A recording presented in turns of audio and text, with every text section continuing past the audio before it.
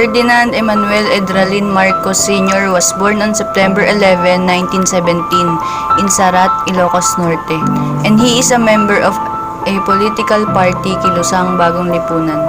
Ferdinand was the former 10th President of the Philippines from December 30, 1965 to February 25, 1986. He studied at University of the Philippines College of Law. Marcos was baptized into the Aglipayan Church. From left to right are Pacific E. Marcos, Josefa Edralin Marcos, Elizabeth Marcos, Mariano Marcos A. Rubio, and Ferdinand E. Marcos. The youngest child, Fortuna, was not yet born when this photo was taken. Ferdinand Marcos was educated in Manila, earning his high school diploma at age 15 in 1933 at the UP High School. He was a memory whiz. Marcos was so smart, he single-handedly topped the 1939 bar examinations with near-perfect score, despite being in jail for 27 days. Perhaps we can attribute it to his photographic memory, which reportedly gave him the ability to memorize complicated texts such as the 1935 Philippine Constitution and recite them forward and backward.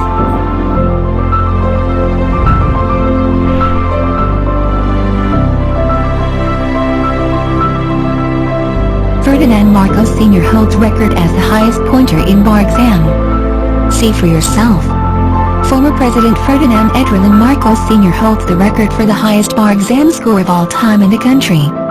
According to the photo of the former president, his record is almost close to unbeatable as he scored an average of 98.01%.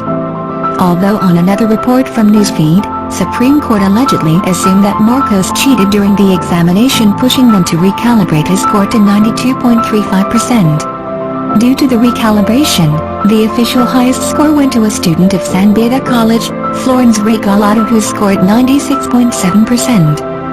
Furthermore, the report claimed that Marcos was imprisoned for the murder of Melendez and during his days of studying. Although despite missing weeks of classes while on prison, he still reviewed for the bar examination inside his cell. Ferdinand Marcos changed religion in order to marry Imelda in the Catholic Church. When Marcos first met Imelda Romualdez in 1954, it was love at first sight. So after only 2 weeks of courtship, the couple tied the knot first in a civil ceremony in Baguio City, followed by a church wedding at the Pro Cathedral of San Miguel in Manila. Ferdinand Marcos and Imelda Marcos has 4 children.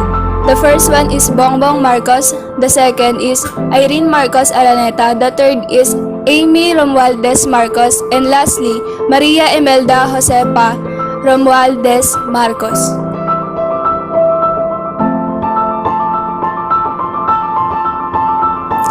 He was a member of the Philippine House of Representatives from 1949 and 1959 and Senate from 1959 to 1965, before winning the presidential election. Presidential, legislative, and local elections were held on November 9, 1965 in the Philippines. Incumbent President Diosdado Macapagal lost his opportunity to get a second full term as President of the Philippines to Senate President Ferdinand Marcos.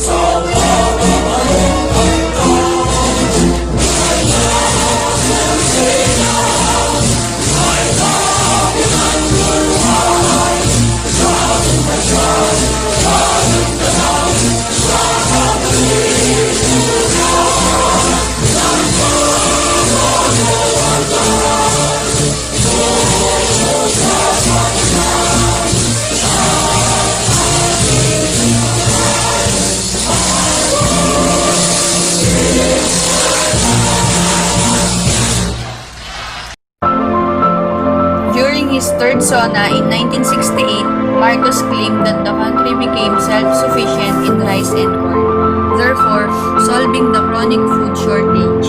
He bought the Kalayaan Island in Spratlys for 1 peso.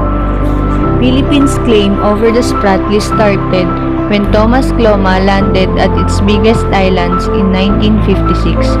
A seafaring adventurer and owner of a fishing business, Cloma made a proclamation to the whole world that a new state called the Free Territory of Freedom Land was created. Fast forward to 1980 and the Marcos administration reached yet another milestone. The country's gross national product dramatically climbed from 39.5 billion pesos in 1965 to an outstanding 86.7 billion pesos in 1979, which translates to 6.6% growth rate a year. From September 21, 1972 up to February 26, 1986, Marcos was able to craft and formulate a total of 7,883 presidential decrees and other 5 legal issuance. All of the country's specialty hospitals were also built during his term, and these include the Kidney Center, Philippine Children's Center, Philippine Heart Center, and the Lung Center of the Philippines. He launched the first Philippine-made rocket. Yes, you heard that right. A rocket made in the Philippines. Launched in Caballo Island near Corregidor. The rocket was part of Project Santa Barbara, which was participated by a group of scientists and the Philippine Navy.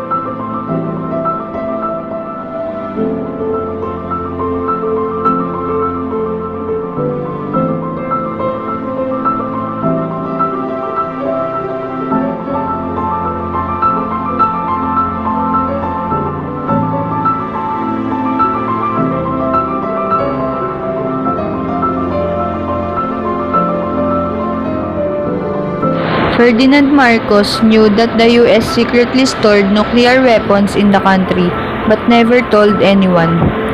The said top secret memo was from US career diplomat Robert McClintock.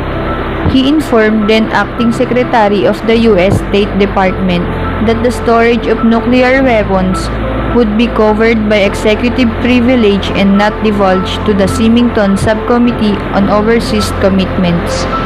Marcos and the Yamashita treasure. For some reason, he was able to get a copy of the treasure maps and soon ordered his military officers to undertake a treasure hunt. And then came Rogelio Rojas, a Filipino treasure hunter who uncovered in a Baguio City tunnel thousands of gold bars and an 8-inch tall gold Buddha filled with real diamonds and precious stones.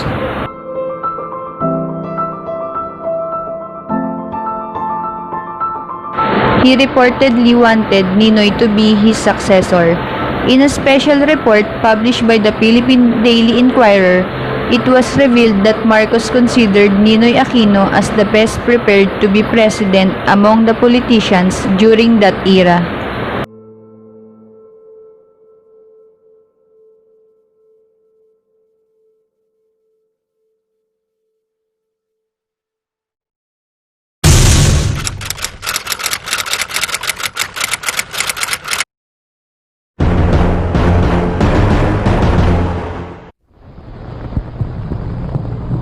My countrymen, as of the 21st of this month, I signed Proclamation number 1081, placing the entire Philippines under martial law. This proclamation was to be implemented upon my clearance. And clearance was granted at 9 o'clock in the evening of the 22nd. Last month. I have proclaimed martial law in accordance with the powers vested in the President by the Constitution of the Philippines. The proclamation of martial law is not a military takeover. I, as your duly elected President of the Republic, use this power which may be implemented by the military authorities, but still is a power embodied in the Constitution to protect the Republic of the Philippines and our democracy. A republican, a democratic form of government is not a helpless government when it is imperiled by the danger of a violent overthrow, an insurrection or a rebellion.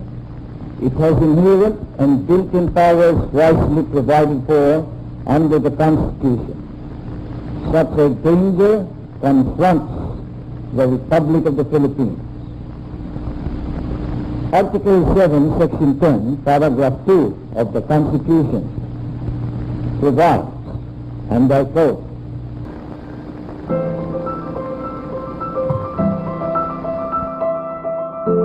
President Ferdinand Marcos reportedly used Trila in Manila as distraction. Ferdinand Marcos applauds as Frazier makes some remarks about Ali when they visit the Malacanang Palace. Between the two fighters is Marcos' wife Imelda. According to the Akbayan Party history, the Marcos administration was responsible for 35,000 torture cases, 70,000 incarceration, and 3,257 murders. He's also blamed for the arrest of more than 50,000 people, including the desaparecidos or those who were victims of enforced disappearances.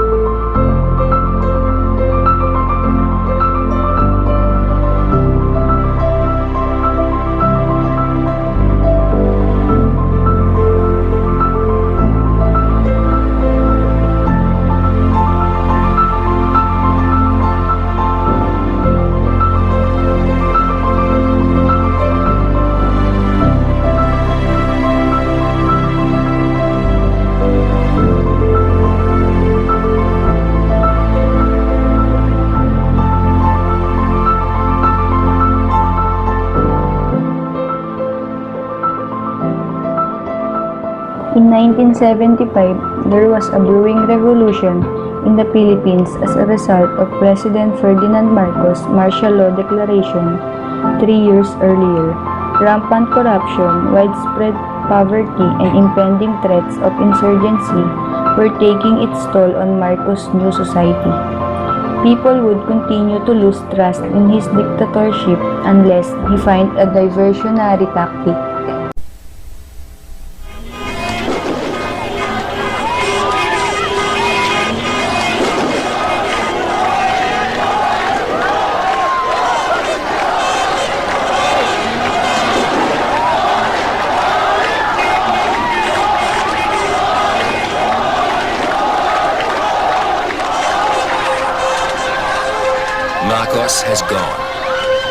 He'd ruled the Philippines for 20 years with absolute power. He'd been backed by a formidable military machine. But in just 4 days, he was overthrown. This is the story of those 4 days. It's a unique story, the story of a non-violent military revolt that was won not by the force of arms, but by a church and its people.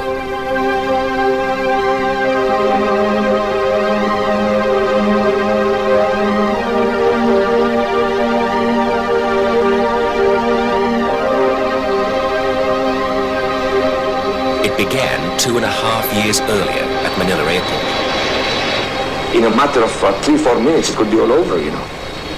And I may not be able to talk to you again after this. Benigno Aquino, the only serious rival to Marcos, was coming home from exile. Now, I am taking some precaution. I have my bulletproof vest, hoping that will be some kind of a protection. But if they hit me in the head, there's nothing we can do there.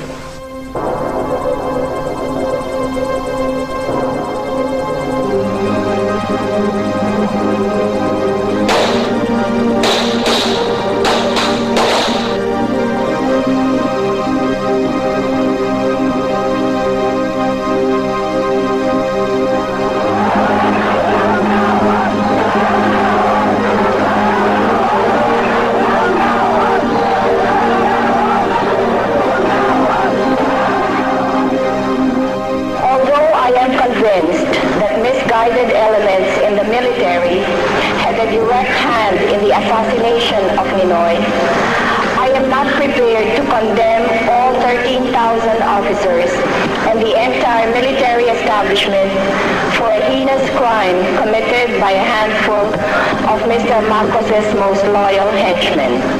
The court finds all accused innocent of the crimes charged. Where are you taking over? Again, a sound collective. About 3 hours after his acquittal, General Ver was reinstated by President Marcos as AFP Chief of Staff. General Ver reported to the President his Commander-in-Chief at 2 o'clock this afternoon. Ver submitted a letter requesting that he be allowed to resume his duties following his acquittal in the Aquino-Galman murder case. In answer to their request, I announce that I am ready to call a snap election. I hereby affirm my candidacy and confirm my willingness, if elected, to serve our people as President of the Republic of the Philippines.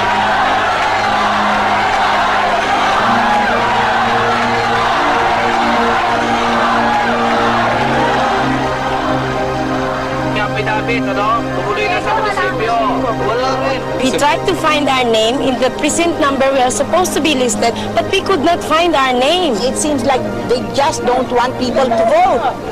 Our people are being harassed all over the place. We have received reports that vote buying is quite heavy, and some voters are not being allowed to vote.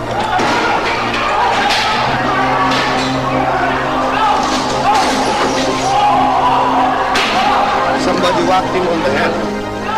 We have witnessed and heard disturbing reports of efforts to undermine the integrity of the process, both during the voting and the vote counting process, which is still underway.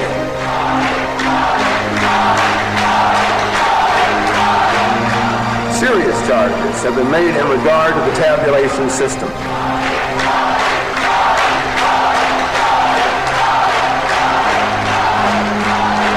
In our considered judgment, the polls were unparalleled in the fraudulence of their conduct. I hope that once Mr. Marcos recognizes that my victory is irreversible, he will, in the best tradition of democratic politics, concede rather than prolong the period of uncertainty. We have won by about 2 million, and they claim that they have won without any figures. I hereby proclaim Ferdinand E. Marcos as the duly elected president. We do not accept this result as credible. And as a matter of fact, we believe it came about predominantly by fraud. I either perpetrated by the government or allowed by the government in maladministration of the election. Tonight, we celebrate a historic victory.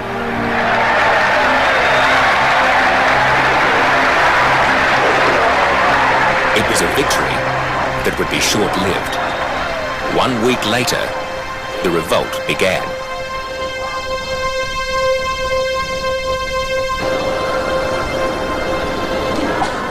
That first morning, there was almost no hint of the drama that would follow in the next 4 days.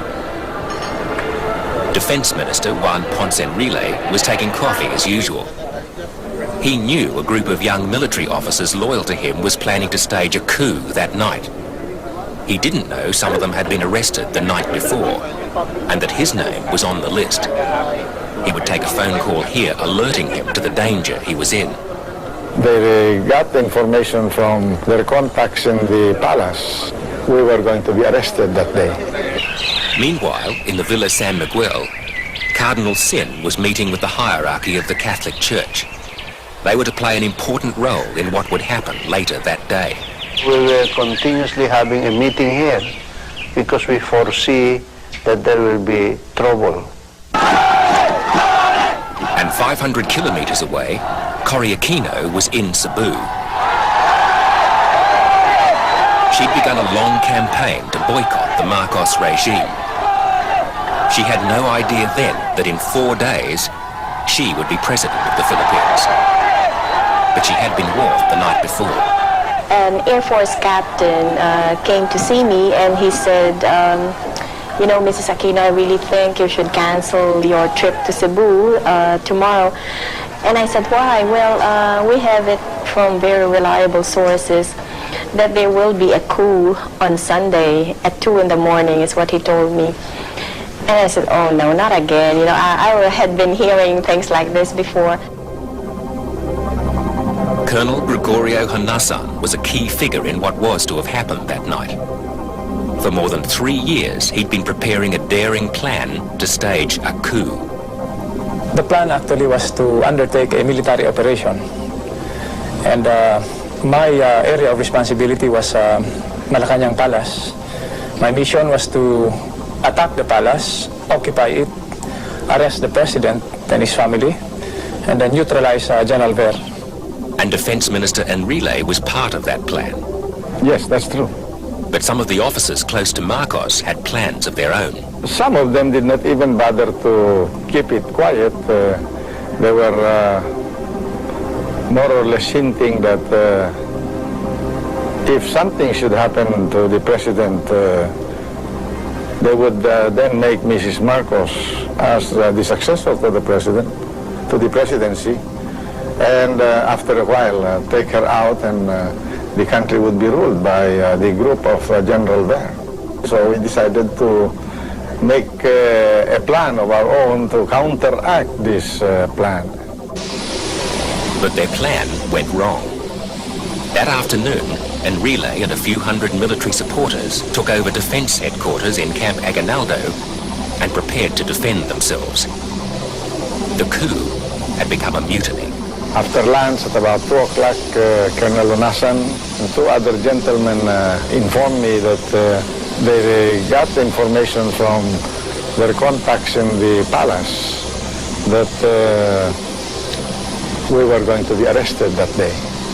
And I decided that the best option for us was to come to this camp, Camp Aguinaldo, and confront the situation directly. Let's konti lang, man. Move back, move back, move back.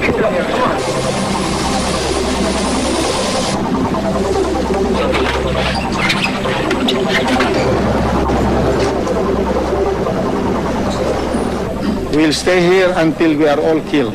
We are here to take a stand. If any one of us will be killed, I think all of us must be killed.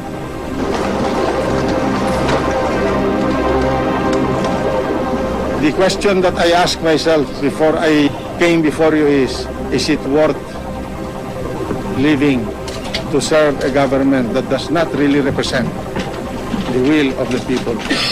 I am withdrawing my support for the President. That power and that authority that is legally with me as the Commander of the Philippine Constabulary and the Integrated National Police, and the very little that I have as Vice Chief of Staff. Personally, I believe that the President did not win this election. He was proclaimed by the Batasan in a hasty manner. And I felt embarrassed while I was sitting there watching the proceedings. I had to raise my hand in order to show that I voted for him, but inside me, it rankled me that I have raised my hand. And I'm sorry to say this because I've served him well over the years, but I am a Filipino over and above everything else. President Marcos said tonight that the publicly announced decision of Defense Minister Juan Ponce Enrile and Armed Forces Vice Chief of Staff Fidel Ramos to break away from his administration was triggered by Malacanang's discovery of an attempted coup d'etat that apparently involved the two. The President told a news conference that the aborted coup was to be carried out shortly after midnight tonight and involved the assassination of the President and the First Lady. I call upon the Minister of National Defense and the Vice Chief of Staff to stop this stupidity and surrender so that we may negotiate exactly what should be done with them and their men. Major Aramin, will you read your statement? Yes, sir. I, Major Salito Arumin, wish to confess my participation in the plan to attack Malacanang Palace and its environs and capture President Marcos after midnight tonight. We were planning to go straight for the room of the President and the First Lady and his family and neutralize them, arrest them, secure them.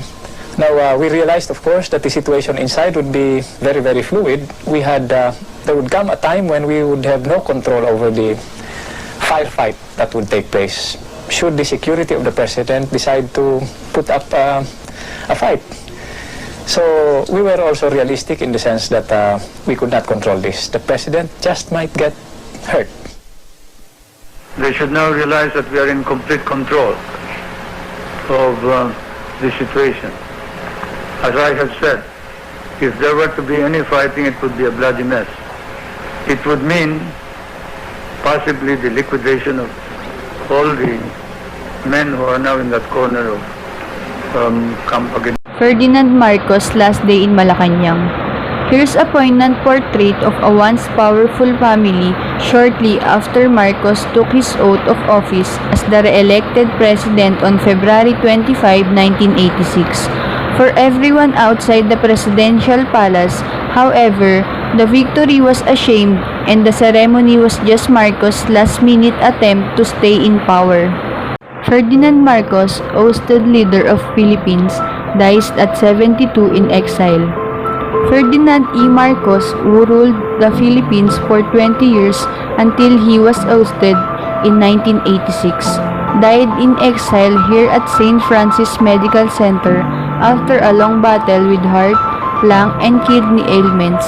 He was 72 years old. Marcos buried at Libingan ng Mga Bayani, Manila, Philippines. Former President Ferdinand Marcos was buried at the Libingan ng Mga Bayani with full military honors past noon Friday, November 18, giving closure to his family and supporters, but reopening wounds inflicted by his 21-year rule marked by human rights atrocities.